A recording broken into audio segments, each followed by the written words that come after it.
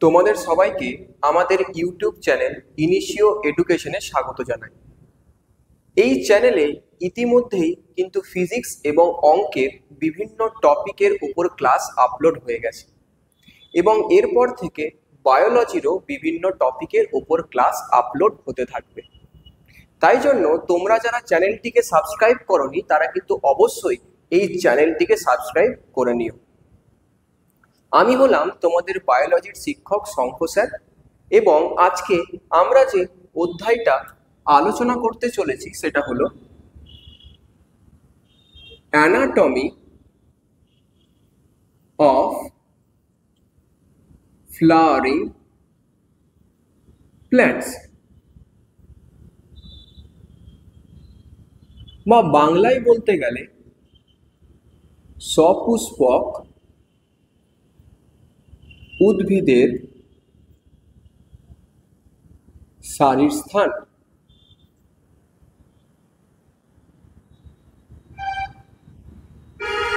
আচ্ছা, তো এই যে অধ্যায়টা রয়েছে এই অধ্যায়টা কিন্তু আমাদের প্রথম সেমিস্টারের যে সিলেবাস সেই সিলেবাসের সেকেন্ড ইউনিটের অন্তর্গত। তোমরা কিন্তু এই সেকেন্ড এবং থার্ড ইউনিটের অন্তর্গত যে চ্যাপ্টারগুলো আছে সেই অধ্যায়গুলোকে বেশ ভালো করে পড়বে, কারণ তোমাদের সামনে যে ফার্স্ট সেমিস্টার পরীক্ষা আসতে চলেছে তার মধ্যে কিন্তু তোমরা এই দুটো ইউনিট থেকে প্রচুর কিন্তু প্রশ্ন পাবে। তাহলে চলো আর বাড়তি কোনো রকম আলোচনা না করে সরাসরি অধ্যায়ে ঢুকে পড়া যাক। তাহলে প্রথমেই কিন্তু আমাদের এই চ্যাপ্টারের যে নাম তার হেডিংটাকে ভালো করে বুঝতে হবে। দেখো, এখানে বলেছে অ্যানাটমি অফ ফ্লাওয়ারিং প্ল্যান্টস, বা এখানে বলেছে সপুষ্পক উদ্ভিদ। তাহলে এখানে সপুষ্পক উদ্ভিদ বলতে কাদেরকে বোঝানো হচ্ছে? এখানে সপুষ্পক উদ্ভিদ বলতে যে উদ্ভিদ গোষ্ঠীকে বোঝানো হচ্ছে সেটা হলো অ্যাঞ্জিওস্পার্ম। বা গুপ্তবীজি। আমরা কিন্তু জানি যে উদ্ভিদের কিন্তু বিভিন্ন গোষ্ঠী হয়ে থাকে, তার মধ্যে একটা হলো আমার গুপ্তবীজি বা যাদেরকে বলা হয় অ্যাঞ্জিওস্পার্মিক প্ল্যান্ট। ঠিক আছে, তো আমাদের এই অধ্যায় কিন্তু মূলত আলোচনা হবে অ্যাঞ্জিওস্পার্মিক প্ল্যান্টদেরকে নিয়ে বা গুপ্তবীজি উদ্ভিদদেরকে নিয়ে। তাহলে তোমরা বলবে, আচ্ছা স্যার, এটা তো তাহলে খুব ভালো করে বুঝতে পারলাম যে এখানে আমরা অ্যাঞ্জিওস্পার্মিক প্ল্যান্ট নিয়ে আলোচনা করব, কিন্তু স্যার এখানে অ্যানাটমি শব্দটার মানে কি? এখানে এই যে অ্যানাটমি শব্দটা আছে এই অ্যানাটমি শব্দটার মানে কি?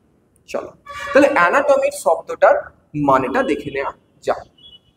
যখনই তোমরা এই অধ্যায়গুলো পড়বে তখন তোমরা দুটো শব্দ খুব শুনে থাকবে, একটা হলো মরফোলজি এবং আরেকটা হলো অ্যানাটমি।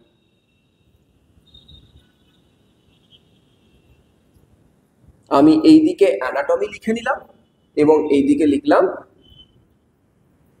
মরফোলজি। তাহলে আমাদেরকে কিন্তু এই দুটো ওয়ার্ডের মানে প্রথমে কিন্তু বুঝতে হবে। তাহলে তুমি একটুখানি ভেবে দেখো তো, মনে করো তুমি এইরকম একটা গাছ নিলে এবং এইটা হয়ে গেল গাছের পাতাগুলো।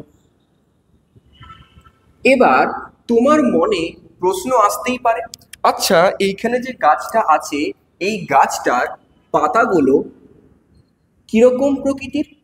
এই পাতাগুলোর গঠন কিরকম? এই পাতাগুলো সরল না যৌগিক পত্র? তাহলে এইরকম কিন্তু তোমার বিভিন্ন রকম প্রশ্ন আসতে পারে যে পাতাটা কিরকম, এই পাতার প্রকৃতি কিরকম। ঠিক আছে, আচ্ছা তোমার আবার মনে এইটাও প্রশ্ন আসতে পারে, যদি আমি এই পাতাটাকে সেকশন করি তাহলে এই পাতার যে ভেতরের অংশটা পাবো সেই ভেতরের অংশটা দেখতে কিরকম হবে? মানে পাতি কথায় বলতে গেলে পাতার ভেতরের গঠনটা কিরকম?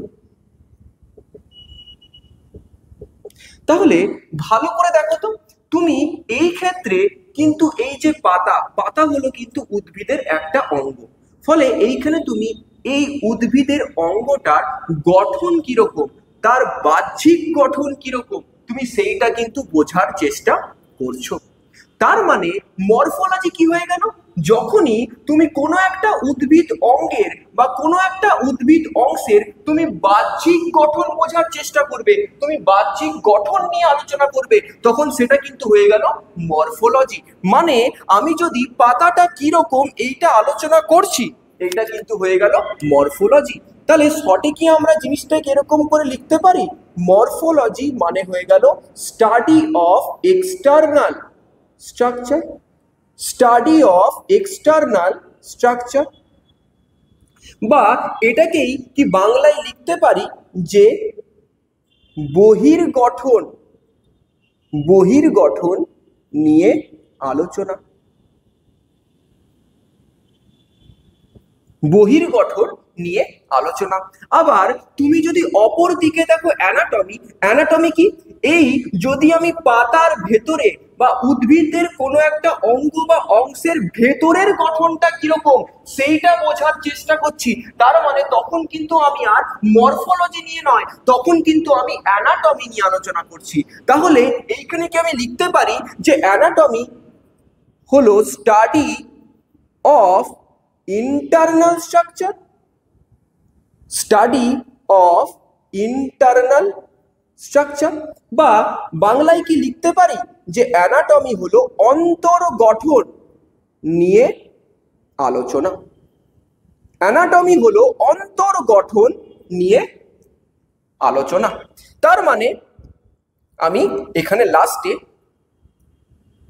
একটা এরকম ভাবে অ্যারো দিয়ে দিচ্ছি। আচ্ছা, তাহলে আমরা কি বুঝতে পারলাম যে দুটো ওয়ার্ড হয়, একটা হয় মরফোলজি এবং আরেকটা হয় অ্যানাটমি। যখন আমি একটা উদ্ভিদের কোনো অংশের বা অঙ্গের বহির্গঠন নিয়ে আলোচনা করছি তখন সেটাকে বলবো মরফোলজি। আমি যদি উদ্ভিদের কোনো একটা অংশের বা অঙ্গের অন্তর্গঠন নিয়ে আলোচনা করছি তখন সেটাকে আমরা বলবো অ্যানাটমি। তার মানে এই অধ্যায়ে আমরা উদ্ভিদের বিভিন্ন অংশের বা উদ্ভিদের বিভিন্ন অঙ্গের অন্তর্গঠন নিয়ে আলোচনা করতে চলেছি। খুব ভালো কথা। চলো তাহলে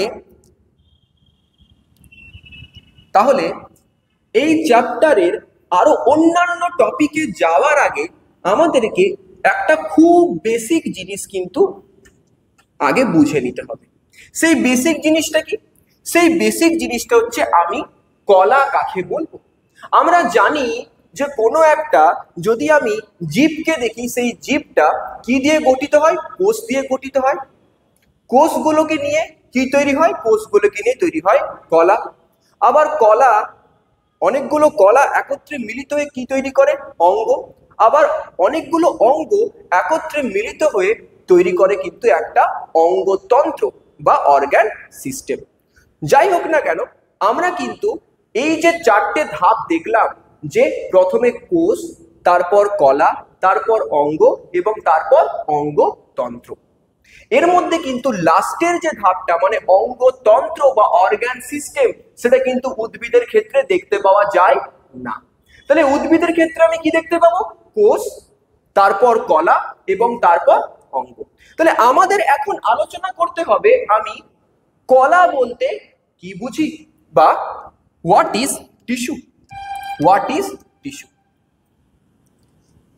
হোয়াট ইজ টিস্যু বা কলা কি। ঠিক আছে, তাহলে হোয়াট ইজ টিস্যু?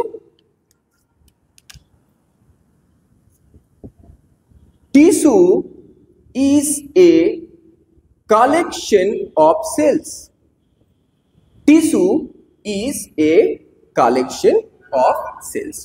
মানে বলছে টিস্যু আর কিছুই নয়, টিস্যু হলো একটা কোষের সমষ্টি বা কলা হলো এক রকমের কোষের সমষ্টি, যেইখানে in which cells are, যেইখানে কোষগুলি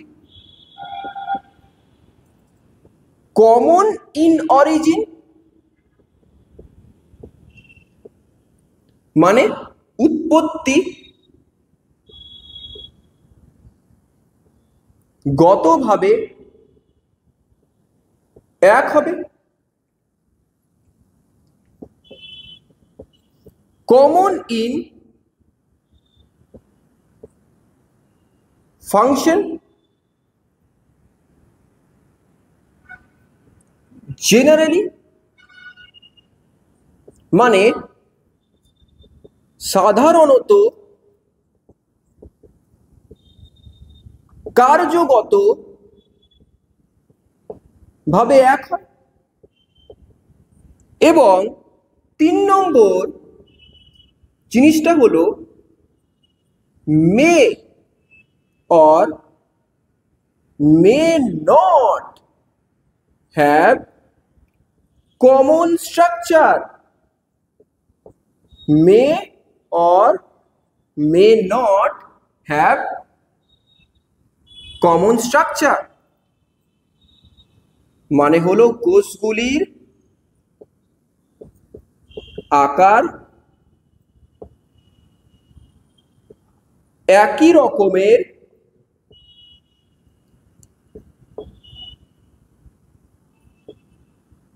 হতেও পারে বা নাও হতে পারে, বা নাও হতে পারে। আচ্ছা, তাহলে এবার আমরা এই যে প্রত্যেকটা পয়েন্ট আছে, এই প্রত্যেকটা পয়েন্টকে আমরা এক এক করে বুঝবো। ধরে নাও এইখানে এমন কিছু সেল রয়েছে এবং এই সেলগুলো বা এই কোষগুলো বিভাজনের মাধ্যমে, বহুবার বিভাজনের মাধ্যমে এখানে এরকম একটা কোষ সমষ্টি তৈরি করলো, কোষ সমষ্টি তৈরি করলো।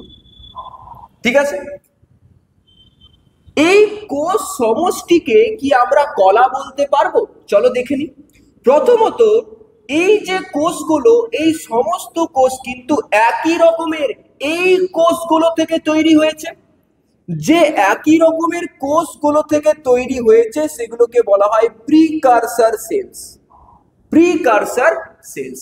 তাহলে এই প্রত্যেকটা কোষ কিন্তু একই রকমের এই কোষগুলো থেকেই তৈরি হয়েছে।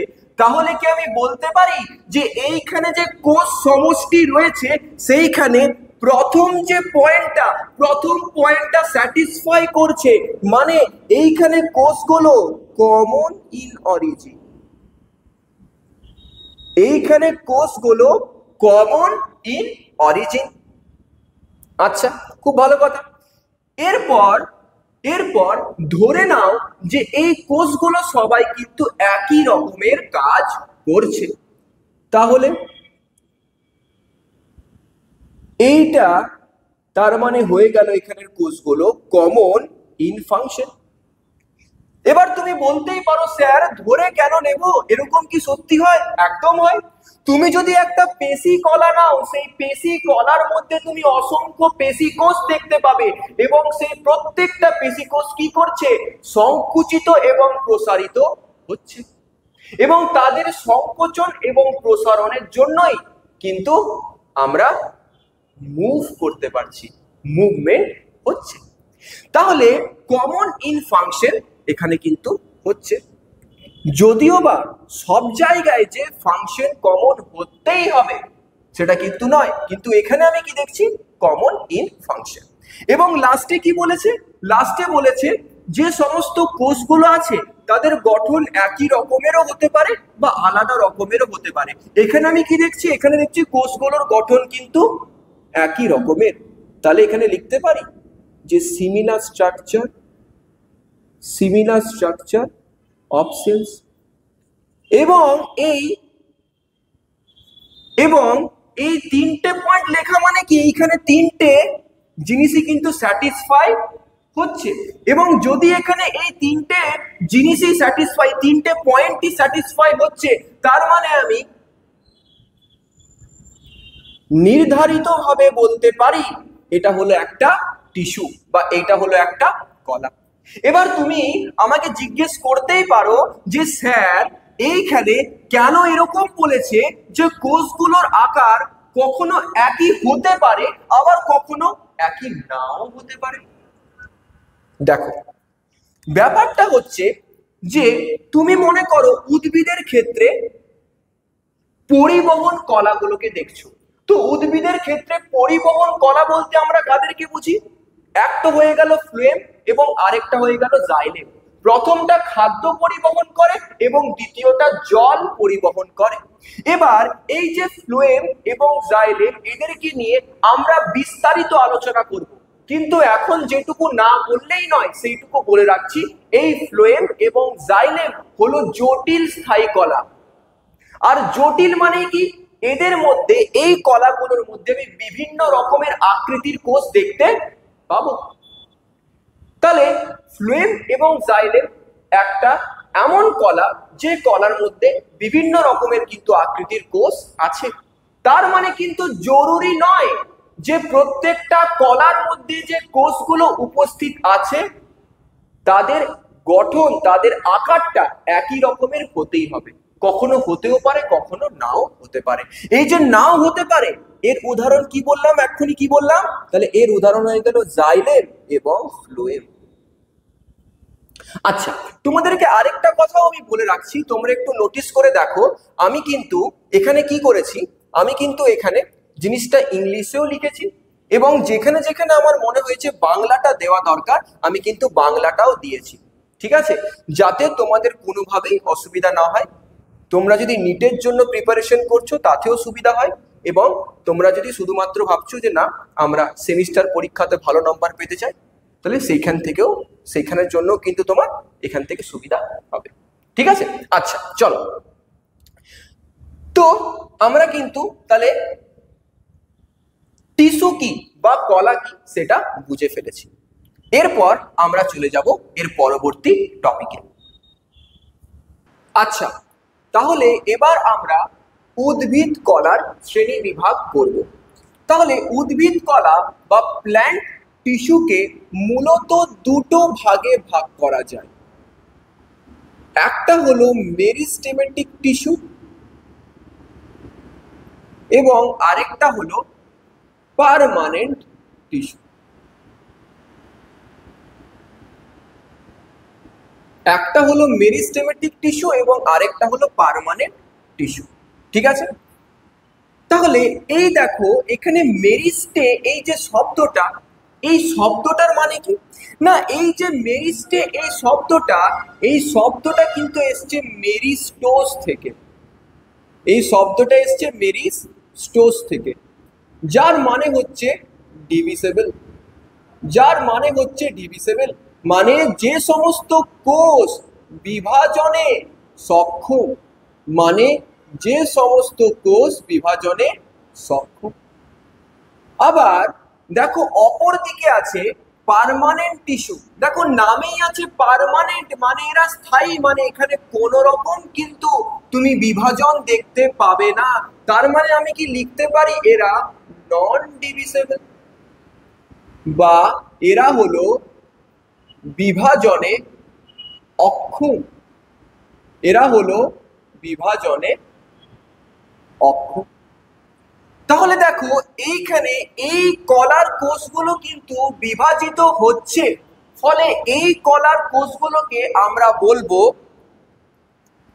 এই কলাটাকে আমরা বলবো ভাজক কলা। কি বলবো?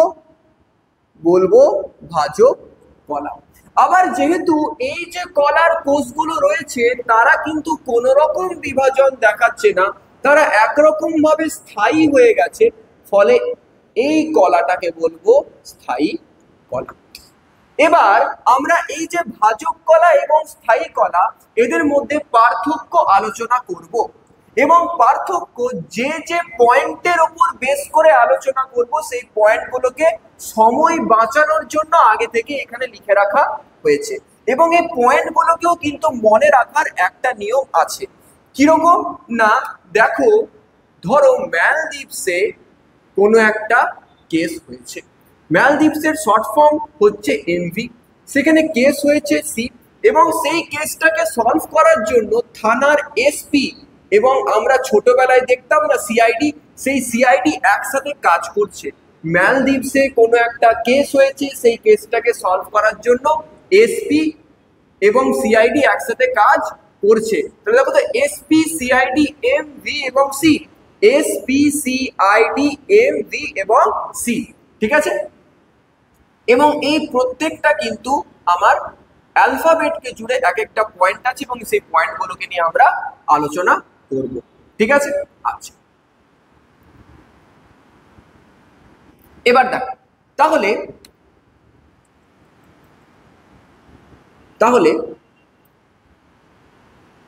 প্রথমেই, আচ্ছা এটাকে লিখিয়ে রাখি, এটাকে চল লিখে রাখি, চলো। আচ্ছা, তাহলে প্রথমেই আমরা আলোচনা করব সাইজ বা আকার নিয়ে, ঠিক আছে। আচ্ছা, একটু ভালো করে কিন্তু বুঝবে। তো মেরিস্টেমেটিক টিস্যু বা ভাজক কলার কোষ গুলো কিন্তু প্রতিনিয়ত বিভাজিত হচ্ছে, আর যেহেতু তারা প্রতিনিয়ত বিভাজিত হচ্ছে, ফলে তাদের কাছে কিন্তু কোষের আকারটাকে বাড়ানোর মতো সুযোগ নেই। যেই না কোষের আকার বাড়ার কথা, তার আগে কিন্তু তারা আবার বিভাজিত হয়ে যাচ্ছে। যেহেতু এই কলার কোষগুলোতে অনবরত বিভাজন চলে, ফলে এই কলার কোষগুলো কিন্তু আকারে ক্ষুদ্র হয় বা আকারে স্মল হয়, আকারে ক্ষুদ্র হয় বা আকারে স্মল হয়। আবার অপরদিকে তুমি যদি দেখো পার্মানেন্ট টিস্যু বা স্থায়ী কলার কোষগুলোকে, স্থায়ী কলার যে কোষগুলো আছে সেই কোষগুলো কিন্তু পার্মানেন্ট, তারা স্থায়ী, তারা কিন্তু বিভাজিত হওয়া বন্ধ করে দিয়েছে, ফলে তাদের কাছে কিন্তু তাদের আকারটাকে বাড়িয়ে নেওয়ার একটা সুযোগ রয়েছে। ফলে স্থায়ী কলার যে কোষগুলো হয় তারা সাধারণত আকারে বড় হয়। ফলে এখানে আমি বিগ এবং ব্র্যাকেটে বৃহৎ লিখে দিলাম। এরপর দেখো প্লাস্টিড। প্লাস্টিড বলতে আমরা কি বুঝি? হয়তো তোমরা কোষ অধ্যায়টা পড়েছো এবং সেখানে প্লাস্টিড পড়েছো। প্লাস্টিড বলতে ক্লোরোপ্লাস্টিড, লিউকোপ্লাস্টিড এবং ক্রোমোপ্লাস্টিড, এদেরকে বোঝায়, ঠিক আছে। তো ব্যাপারটা হচ্ছে এই যে প্লাস্টিড, এই প্লাস্টিড কিন্তু সবসময় একটা পরিণত কোষে বা একটা স্থায়ী কলার কোষে কিন্তু তুমি দেখতে পাবে। তার মানে এই যে প্লাস্টিড, পরিণত যে প্লাস্টিডটা হয়, সেই পরিণত প্লাস্টিডটা কিন্তু সবসময় তুমি স্থায়ী কলার কোষে দেখতে পাবে। কিন্তু পরিণত প্লাস্টিড কখনোই ভাজক কলার কোষে দেখতে পাওয়া যায় না। আচ্ছা আচ্ছা, খুব ভালো কথা। তাহলে এরপর আমরা আলোচনা করব সেল ওয়াল বা কোষ প্রাচীর নিয়ে। এইটা নিয়ে আলোচনা করার আগে একটা কথা আগেই বলে দিই, তোমাদের কিন্তু এইটা মনে রাখতে হবে যে উদ্ভিদের কোষ প্রাচীর কিন্তু দুই রকমের হয়। একটা হচ্ছে প্রাথমিক কোষ প্রাচীর এবং আরেকটা হচ্ছে গৌণ কোষ প্রাচীর। তো ব্যাপারটা হচ্ছে এইরকম যে মেরিস্টেমেটিক টিস্যু বা ভাজক কলার যে কোষগুলো হয়, সেই কোষগুলোর যে কোষ প্রাচীর হয় সেটা পাতলা হয় এবং এই ক্ষেত্রে তুমি প্রাইমারি বা প্রাথমিক কোষ প্রাচীর তো অবশ্যই দেখতে পাবে, কিন্তু কখনোই সেকেন্ডারি বা গৌণ কোষ প্রাচীর দেখতে পাবে না। এবার তোমরা জিজ্ঞেস করতেই পারো যে স্যার এরকম হওয়ার কারণ কি? ব্যাপারটা একটু বোঝার চেষ্টা করবে। ব্যাপারটা এরকম, মনে করো এইখানে একটা কোষ আছে, এবার এই কোষের এইটা হয়ে গেল আমার কিন্তু কোষ পর্দা বা প্লাজমা মেমব্রেন। এবার এই কোষটাকে ঘিরে ধরে নাও একটা কোষ প্রাচীর আছে, যেটা কিনা হলো প্রাথমিক কোষ প্রাচীর, ঠিক। আবার এইখানে দেখো আরেকটা কোষ আছে, এটাও কিন্তু হলো কি না কোষের কোষ পর্দা, একে ঘিরে আছে আমার প্রাথমিক কোষ প্রাচীর এবং প্রাথমিক কোষ প্রাচীরের ঠিক ভেতরে তৈরি হয়েছে গৌণ কোষ প্রাচীর। এই লাল রং দিয়ে যেটা আঁকলাম এটা কিন্তু হয়ে গেল গৌণ কোষ প্রাচীর। গৌণ কোষ প্রাচীর প্রাথমিক কোষ প্রাচীরের ভেতরে এবং উদ্ভিদ কোষের কোষ পর্দার বাইরে গঠিত হয়। আচ্ছা, তো একটু তুমি নিজেই ভালো করে বুঝে দেখো তো,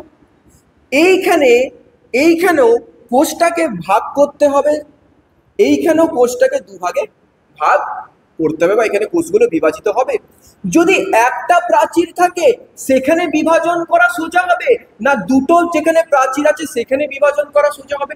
অবশ্যই যদি আমার একটাই কোষ প্রাচীর উপস্থিত থাকে সেইখানে বিভাজন করা অনেক সোজা হবে, আমি তাড়াতাড়ি বিভাজন করতে পারবো। এবং ভাজক কলা মানে কিন্তু সেখানে আমার উদ্দেশ্য হলো তাড়াতাড়ি বিভাজন করানো।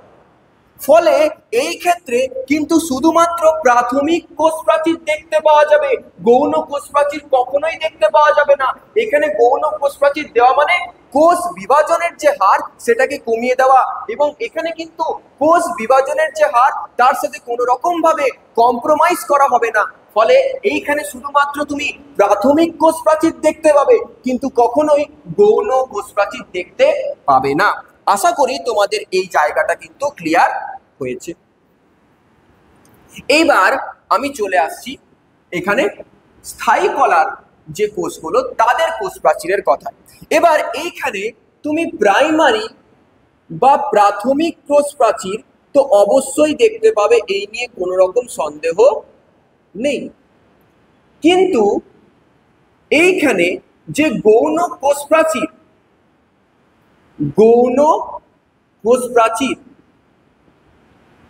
সেটা প্রয়োজন যদি পড়ে কোষের মধ্যে, যদি কোনো একটা কোষের প্রয়োজন হয় গৌণ কোষ প্রাচীর তৈরি করার স্থায়ী কলার কোষের, তাহলে সেইখানে তুমি গৌণ কোষ প্রাচীর দেখতে পাবে।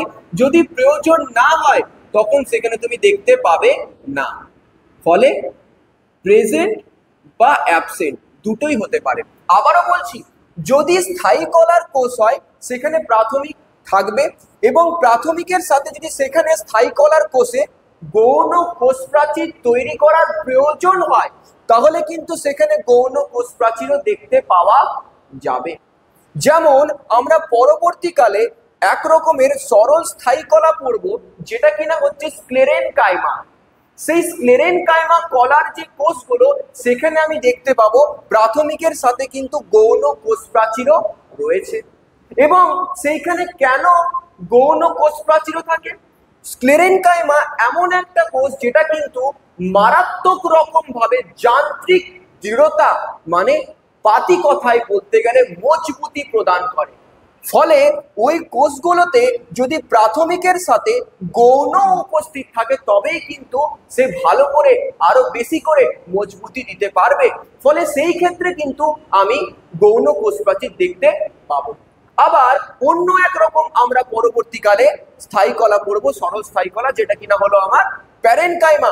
সেখানে কিন্তু প্রাথমিক দেখতে পাওয়া যাবে কিন্তু গৌণ কোষ প্রাচীর দেখতে পাওয়া যাবে না, কারণ প্যারেনকাইমার কাজ কিন্তু আলাদা এবং তার কাজ অনুযায়ী সেখানে কিন্তু কোনো গৌণ কোষ প্রাচীরের প্রয়োজন নেই।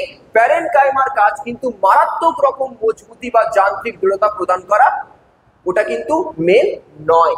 ফলে সেইখানে কিন্তু আমি সাধারণত দেখতে পাবো না, প্যারেনকাইমার ক্ষেত্রে কিন্তু আমি দেখতে পাবো না।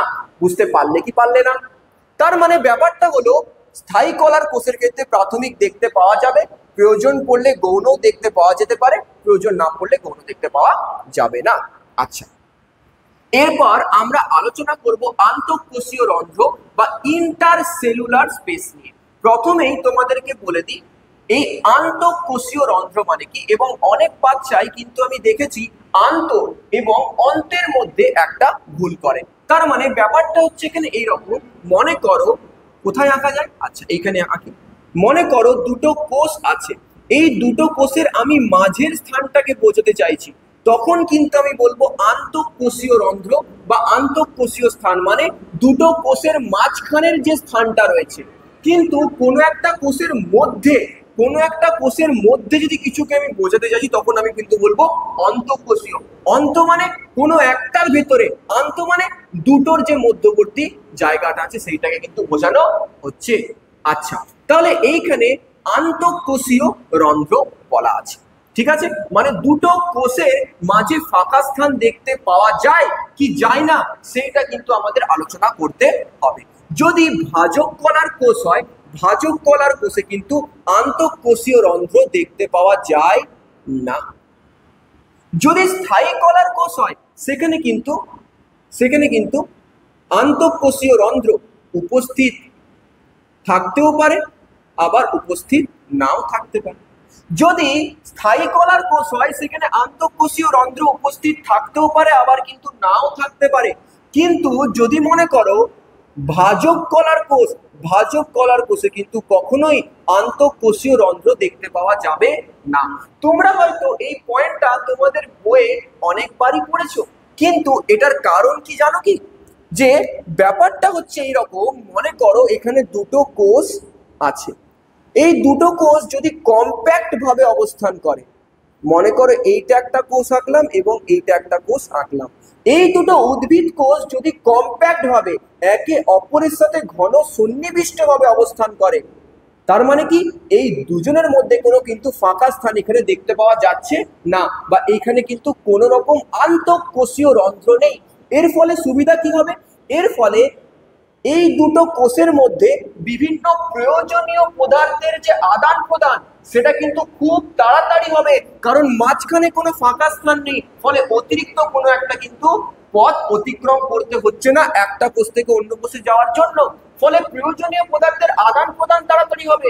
এই দুটো কোষের মধ্যে প্রয়োজনীয় পদার্থগুলোকে নিয়ে বিভিন্ন রকম বিক্রিয়া কিন্তু তাড়াতাড়ি হবে, এবং সেই বিক্রিয়ার ফলে এই কোষ বিভাজনটাও কিন্তু আমি তাড়াতাড়ি দেখতে পাবো। ফলে যাতে আদান প্রদান তাড়াতাড়ি হয় কোষগুলোর মধ্যে, তাই জন্য কিন্তু ভাজক কলার যে কোষ, সেই ভাজক কলার কোষগুলোর মধ্যে কোনো রকম তুমি আন্তঃকোষীয় রন্ধ্র দেখতে পাবে না। এবার স্থায়ী কলার ক্ষেত্রে কি না, এখানে তুমি আন্তঃকোষীয় রন্ধ্র তুমি দেখতে পেতেও পারো, আবার দেখতে নাও পেতে পারো। প্রয়োজন পড়লে সেখানে দেখতে পাবে, যদি এখানে কোনো একটা স্থায়ী কলার প্রয়োজন না হয় সেখানে দেখতে পাবে না। আচ্ছা, তো এবার আমরা আলোচনা করছি এইখানে 5 নম্বর পয়েন্ট বা ডিফারেন্সিয়েশন নিয়ে। আচ্ছা, এইবার যে ভাজক কলার কোষগুলো হয় সেই ভাজক কলার কোষগুলোতে কিন্তু ডিফারেন্সিয়েশন দেখতে পাওয়া যায় বা বিভেদন, সরি একটুখানি এখানে ভুল হয়ে গেল, যে এখানে যে 5 নম্বর পয়েন্ট আছে ডিফারেন্সিয়েশন বা বিভেদন, এইটা কিন্তু ভাজক কলার কোষগুলোতে তুমি কখনোই দেখতে পাবে না। কিন্তু তুমি যদি স্থায়ী কলার কোষগুলোতে দেখছো, তুমি কিন্তু স্থায়ী কলার কোষগুলোতে তুমি অবশ্যই বিভেদন দেখতে পাবে বা ডিফারেন্সিয়েশন দেখতে পাবে। এবার তোমরা হয়তো প্রশ্ন করবে, স্যার সে তো খুব ভালো করে বুঝলাম যে যদি ভাজক কলার কোষ হয় তাহলে ভাজক কলার কোষে কিন্তু ডিফারেন্সিয়েশন দেখতে পাওয়া যাবে না, যদি স্থায়ী কলার কোষ হয় সেখানে কিন্তু ডিফারেন্সিয়েশন দেখতে পাওয়া যাবে। কিন্তু স্যার এটা হচ্ছে কেন? শুধুমাত্র এই টপিকটা তোমাদেরকে আমি একটুক্ষণের মধ্যে আরো ভালো করে আরো বিস্তারিত ভাবে বোঝাচ্ছি। এখনের জন্য এই অংশটাকে তোমরা বাদ দাও এবং তার পরের পয়েন্টগুলোতে ফোকাস করো। এবং এইটাও কিন্তু মনে রাখবে, যদি কোনো একটা কলার কোষগুলোতে ডিফারেন্সিয়েশন হয়নি মানে কিন্তু সেটা ম্যাচিওর নয়, সেটা কিন্তু ইম্যাচিওর। যেহেতু ভাজক কলার কোষগুলোতে ডিফারেন্সিয়েশন হয়নি, তাহলে এইখানের কোষগুলো কিন্তু ইম্যাচিওর বা অপরিণত হবে। অপরদিকে যেহেতু স্থায়ী কলার কোষগুলোতে ডিফারেন্সিয়েশন হয়ে গেছে, ফলে এরা কিন্তু ম্যাচিওর বা পরিণত হবে। চিন্তা করার কোনো কারণ নেই। তোমাদেরকে যাতে এই অংশটা ভালো করে বোঝাতে পারি তার জন্য একটুক্ষণ পরে ছবি এঁকে আরো ভালো করে বোঝাচ্ছি। এখন তোমরা এই পরের পয়েন্টগুলোতে ফোকাস করো। তাহলে ভালো করে দেখো, আমাদের কিন্তু এই পয়েন্টগুলো ইতিমধ্যেই আলোচনা হয়ে গেছে। এরপরে দেখো কি পয়েন্ট আছে, ভ্যাকিওল বা কোষগহ্বর। আমরা কিন্তু খুব ভালো করে জানি যে একটা উদ্ভিদ কোষের ক্ষেত্রে কোষ গহ্বর কতটা গুরুত্বপূর্ণ। কিন্তু ব্যাপারটা হচ্ছে যে তুমি যদি একটা স্থায়ী কলার কোষ দেখো, তাহলে সেই স্থায়ী কলার কোষের মধ্যে কিন্তু তুমি একটা পরিণত কোষ গহ্বর দেখতে পাবে। কিন্তু যদি ভাজক কলার কোষ হয়, এখানে কিন্তু কোষগুলো অনবরত বিভাজিত হচ্ছে, এরা অপরিণত প্রকৃতির। ফলে এখানে কিন্তু তুমি কখনোই পরিণত কোষ গহ্বর দেখতে পাবে না। ফলে এখানে আমি মাইনাস দিয়ে দিলাম। এবার লাস্টে দেখো কি দিয়েছে, সাইটোপ্লাজম। ভাজক কলার যে কোষগুলো হয় সেই ভাজক কলার কোষের সাইটোপ্লাজম কিন্তু ডেন্স হয়, ডেন্স সাইটোপ্লাজম মানে ঘন সাইটোপ্লাজম। কিন্তু তুমি যদি অপর দিকে স্থায়ী কলার ক্ষেত্রে দেখো, এখানের কিন্তু সাইটোপ্লাজম অতটা ঘন হয় না, অতটা ঘন হয় না। সেটাকে এরকম করে শর্টে লিখে দিলাম যে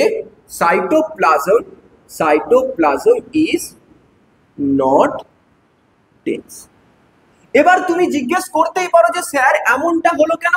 ভালো করে বোঝো, এখানকার বা এই কলাটার কোষগুলো কিন্তু অনবরত বিভাজিত হচ্ছে, ফলে এই কোষগুলোর মধ্যে অনবরত সেই সমস্ত উপাদানগুলোকে সংশ্লেষ করতে হবে যে উপাদানগুলো কোষ বিভাজনের জন্য দরকার। তাহলে এই যে কোষগুলো আছে, একেই তো এই কোষগুলোর আকার ছোট, এবং তার সাথে এই কোষগুলোর মধ্যে বিভিন্ন রকম কোষীয় উপাদান অনবরত সংশ্লেষ হচ্ছে যেটা কোষ বিভাজনের জন্য দরকার।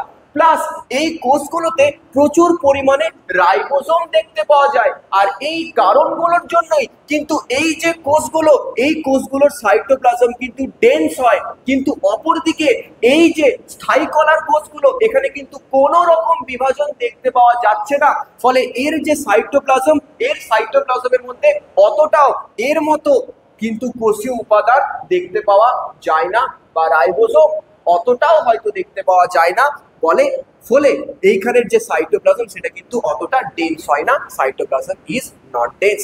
তাহলে দেখো আমরা কিন্তু এই যে পয়েন্টগুলো, এই পয়েন্টগুলো কিন্তু বেশ ভালো করে আলোচনা করে নিয়েছি।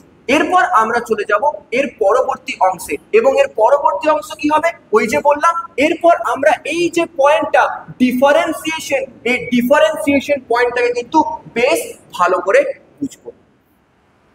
আচ্ছা, তাহলে এরপর আমরা বুঝবো ডিফারেন্সিয়েশন বা বিভেদন জিনিসটা কি। ডিফারেন্সিয়েশন বা বিভেদন জিনিসটা কি? ডিফারেন্সিয়েশন বা বিভেদন জিনিসটা কি? দেখো ভালো করে বুঝবে। তো এখানে দেখো 6 জন ছাত্রছাত্রী রয়েছে, এবং এরা সবাই ক্লাস 10-এ পড়ে। তো এই যে 6 জন ছাত্রছাত্রী রয়েছে, এরা ক্লাস 10-এ পড়ে, এবং এরা কিন্তু সবাই এখন একই রকমের বিষয় পড়ছে, একই রকমের সাবজেক্ট পড়ছে। এরা কিন্তু কেউ একে অপরের থেকে আলাদা নয়, এই সেন্সে সবাই একই রকমের সাবজেক্ট পড়ছে। যখনই ক্লাস 11 হলো, যখনই ক্লাস 11 হলো, তখন কি হলো? তখন এদের মধ্যে হয়তো এই দুইজন এখানে কি নিল? সায়েন্স নিল। এই দুইজন কি নিল? এখানে সায়েন্স নিল। এইখানে এই যে মাঝের দুজন, এরা হয়তো আর্টস নিল, এবং লাস্টের এই যে দুজন আছে, এরা হয়তো কমার্স নিল। তাহলে এবার দেখো তো, এরা সবাই কিন্তু 10-এ একই রকম সাবজেক্ট পড়তো, কিন্তু যখনই 11 হলো, কেউ সায়েন্স নিল, কেউ আর্টস নিল, এবং কেউ কমার্স নিল।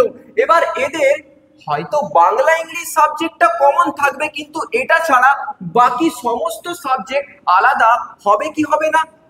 যদি মনে করো সায়েন্স হয়, তখন কি পড়বে? তখন ফিজিক্স, কেমিস্ট্রি, ম্যাথ, বায়োলজি, এগুলো পড়বে কি পড়বে না? যদি মনে করো আর্টস হয়, তখন হিস্ট্রি, জিওগ্রাফি, পলিটিক্যাল সায়েন্স, এগুলো পড়বে। যদি কমার্স হয়, তখন অ্যাকাউন্টেন্সি, বিজনেস স্টাডিজ,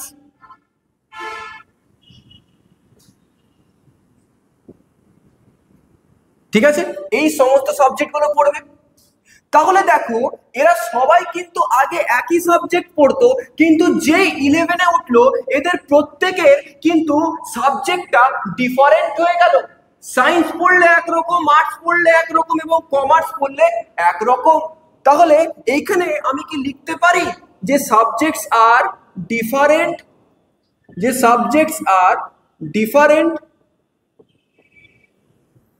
তার মানে এখানে একই রকম ছিল, এখানে কিন্তু আলাদা আলাদা বিষয় পড়ছে বা ডিফারেন্ট বিষয় পড়ছে। আর এই যে ঘটনাটা হলো, এইটাই তো ডিফারেন্সিয়েশন, এইটাই তো হলো ডিফারেন্সিয়েশন বা বিভেদন বা বিভেদন। তার মানে বিভেদন মানে কি? বিভেদন মানে হচ্ছে যখন একই রকমের কোষ থেকে পরবর্তীকালে বিভিন্ন রকমের কোষ তৈরি হয়। ঠিক যেমন এইখানে হলো, দেখুন ক্লাস 10-এ পড়ছিল তখন সবাই একই রকম, কিন্তু যখনই ক্লাস 11-এ উঠলো, কেউ সায়েন্স পড়ছে, তো কেউ আর্টস পড়ছে, তো কেউ কমার্স পড়ছে। তার মানে এখানে কি হলো? এখানে কিন্তু ডিফারেন্সিয়েশন হয়েছে। চলো এবার এই জিনিসটাকে অন্য আরেক ভাবে বোঝা যাক। আচ্ছা, যদিও এখন আমরা বোটানির একটা টপিক নিয়ে আলোচনা করছি, তবুও আমার মনে হয় এই টপিকটা তোমরা আরো ভালো জুলজি দিয়ে বুঝতে পারবে। দেখো তো কিরকম। আচ্ছা, আমরা কি এইটা বলতে পারি যে যে কোনো একটা জীব হোক না কেন, সেটা প্রাণী হোক বা সেটা উদ্ভিদ, তার জীবনের কিন্তু উৎপত্তি জাইগোট থেকে? তার জীবনের কিন্তু উৎপত্তি জাইগোট থেকে। তাহলে ধরলাম এইখানে এই যে সেলটা, এই সেলটা হয়ে গেল জাইগোট, এই সেলটা হয়ে গেল জাইগোট। এবং এইখানে ধরে নাও আমি কোন একটা প্রাণীর জাইগোট নিলাম। এবার এই জাইগোটটা বারবার বিভাজিত হয়ে, এই জাইগোটটা বারবার বিভাজিত হয়ে আমার এইরকম একটা কোষের দলা সৃষ্টি করবে। এই কোষগুলো কিন্তু পরবর্তীকালে বিভিন্ন রকম কোষ তৈরি করার ক্ষমতা রাখে। তো এই কোষগুলোকে বলে স্টেম সেল। স্টেম সেল কিন্তু আবার বিভিন্ন রকমের হয়, কিন্তু সেই সব জটিলতায় আমি গেলাম না। আমাকে শুধুমাত্র এখানে ডিফারেন্সিয়েশনটা কি সেটা বুঝতে হবে। তাহলে জাইগোট থেকে যে কোষগুলো উৎপন্ন হলো, তারা কিন্তু সবাই একই রকমের, এরা কিন্তু কেউ আলাদা রকমের নয়। কিন্তু পরবর্তীকালে আমি দেখব এই স্টেম সেলের, এই যে স্টেম সেল আছে, এই স্টেম সেলের কয়েকটা স্টেম সেল থেকেই হয়তো আমরা মাসেল টিস্যু পাবো, মানে পেশিকলার কোষ পাবো।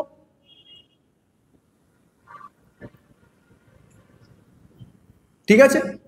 আচ্ছা, এরকমও ভাবতে পারো হয়তো এখান থেকে আমরা আরবিসি বা রেড ব্লাড সেল বা লোহিত রক্ত কণিকা পাবো।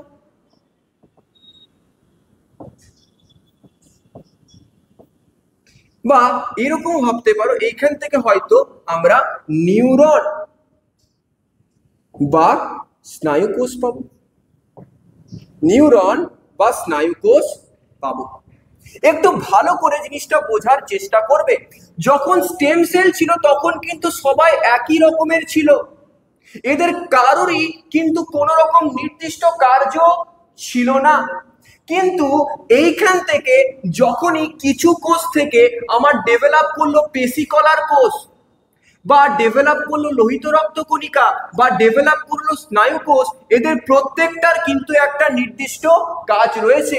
যেমন পেশিকলার কোষগুলোর কাজ হচ্ছে সংকোচন এবং প্রসারণ করে মুভমেন্টে হেল্প করা। লোহিত রক্ত কণিকা বা আরবিসির কাজ হচ্ছে অক্সিজেন এবং কার্বন ডাই অক্সাইড পরিবহন করা। এবং স্নায়ু কোষের কাজ বা নিউরনের কাজ হলো স্নায়ু উদ্দীপনাকে পরিবহন করা। তাহলে তুমি যখন এইখানে দেখছো এদের কিন্তু গঠনটা একই রকম এবং এদের কিন্তু কোনো রকম নির্দিষ্ট কাজ নেই। কিন্তু এইখান থেকেই যখন আলাদা আলাদা ডিফারেন্ট সেল তৈরি করলো, বা এইখানে ডিফারেন্সিয়েশন হলো বা বিভেদন হলো, তখন এই যে কোষগুলো তৈরি হয়েছে, এই কোষগুলোর কিন্তু প্রত্যেকটার একটা নিজস্ব করে কাজ আছে। এইটাকেই কি আমি এরকম করে বলতে পারি এইখানের কোষগুলোর কিন্তু কোনো রকম নির্দিষ্ট কাজ নেই, এরা আনডিফারেন্সিয়েটেড বা অবিভেদিত। এবং যেহেতু এখানে নির্দিষ্ট কোনো কাজ নেই, ফলে এরা হলো আমার ইম্যাচিওর বা অপরিণত। ইম্যাচিওর বা অপরিণত। কিন্তু এই ক্ষেত্রে কিন্তু ডিফারেন্সিয়েশন হয়ে গেছে, মানে এইখানে আমি যাদেরকে দেখতে পাচ্ছি তারা হলো ডিফারেন্সিয়েটেড, তারা হলো ডিফারেন্সিয়েটেড বা বিভেদিত, তারা হলো বিভেদিত। এবং এরা কিন্তু সবাই ম্যাচিওর হয়ে গেছে। কেন বলছি ম্যাচিওর? কারণ সবাই কিন্তু একটা নির্দিষ্ট রকমের কাজ করছে, যেটা কিন্তু আগে ছিল না। তাহলে এখানে এবার একটুক্ষণ আগেই যে গল্পটা বললাম, সেই গল্পটাকে নতুন একটা মোড়কে দেখা যাক। তার মানে ক্লাস 10-এর যে বাচ্চাগুলো ছিল তারা কিন্তু নিজের ফিউচার নিয়ে খুব একটা ভাবেনি, তারা কিন্তু ম্যাচিওর ছিল না, সেখানে কিন্তু ডিফারেন্সিয়েশন হয়নি। কিন্তু যখনই ক্লাস 11-এ উঠলো তারা কিন্তু সবাই আলাদা আলাদা তাদের ইচ্ছা অনুসারে কোর্স মানে স্ট্রিম নিল এবং সেই অনুযায়ী আলাদা আলাদা বিষয় পড়া শুরু করলো। মানে কি, পরবর্তীকালে তাদের মধ্যে ডিফারেন্সিয়েশন হয়েছে এবং তারা ম্যাচিওর হয়েছে, তারা ভালো করে পড়াশোনা করছে, কারণ জীবনে কিছু একটা করতে হবে। তোমরা করছো তো? আচ্ছা, যাই হোক, তাহলে আশা করি তোমরা বুঝতে পারলে যে এখানে ডিফারেন্সিয়েশন বা বিভেদন বলতে কি বোঝায়। যদি বিভেদন হয়ে থাকে তার মানে কি, সেইখানে আমরা ম্যাচিওর সেল দেখতে পাবো। যদি বিভেদন না হয়ে থাকে, অবিভেদিত অবস্থায় থাকে, তখন কিন্তু আমরা ইম্যাচিওর বা অপরিণত কোষ দেখতে পাবো। আচ্ছা, তো তোমরা এখানে আর একটা ছোট্ট জিনিস মনে রাখবে, যে উদ্ভিদের ক্ষেত্রে যদি মেরিস্টেমেটিক টিস্যু থাকে বা ভাজক কলা থাকে, সেই ভাজক কলাতে কিন্তু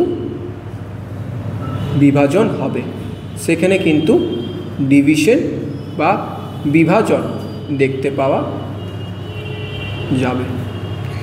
মেরিস্টেমেটিক টিস্যুতে যখন ডিফারেন্সিয়েশন হয়ে যায় বা বিভেদন হয়ে যায় তখন কিন্তু সেটা পার্মানেন্ট টিস্যুতে পরিণত হয়, মানে স্থায়ী কলাতে পরিণত হয়। সেইখানে কিন্তু আর বিভাজন দেখতে পাওয়া যায় না, সেইখানে কিন্তু আর বিভাজন দেখতে পাওয়া যায় না। তার মানে কি? তার মানে এইখানে একটা জিনিস পেল এবং আরেকটা জিনিসকে হারালো। কীরকম দেখো, কীরকম দেখো, ওই যে বলে না, কিছু পেতে গেলে কিছু হারাতে হয়। দেখো এইখানে যে ভাজক কলা ছিল সেখানে কিন্তু ম্যাচুরিটি ছিল না, মানে এটা কিন্তু অপরিণত ছিল, কিন্তু এখানে বিভাজন দেখতে পাওয়া যাচ্ছিল। যখনই এখানে বিভেদন বা ডিফারেন্সিয়েশন হবে, সেটা কিন্তু স্থায়ী কলাতে পরিণত হবে, সেখানে কিন্তু ম্যাচুরিটি চলে আসবে, কিন্তু যে বিভাজন ক্ষমতা ছিল, বিভাজন ক্ষমতা কিন্তু আর দেখতে পাওয়া যাবে না। ঠিক আছে, তাহলে আশা করি তোমরা এই জিনিসটা বেশ ভালো করে বুঝে গেছো। আজকের মতো এতটাই। তোমাদের সাথে আবার দেখা হচ্ছে পরবর্তী ক্লাসে পরবর্তী অংশ নিয়ে।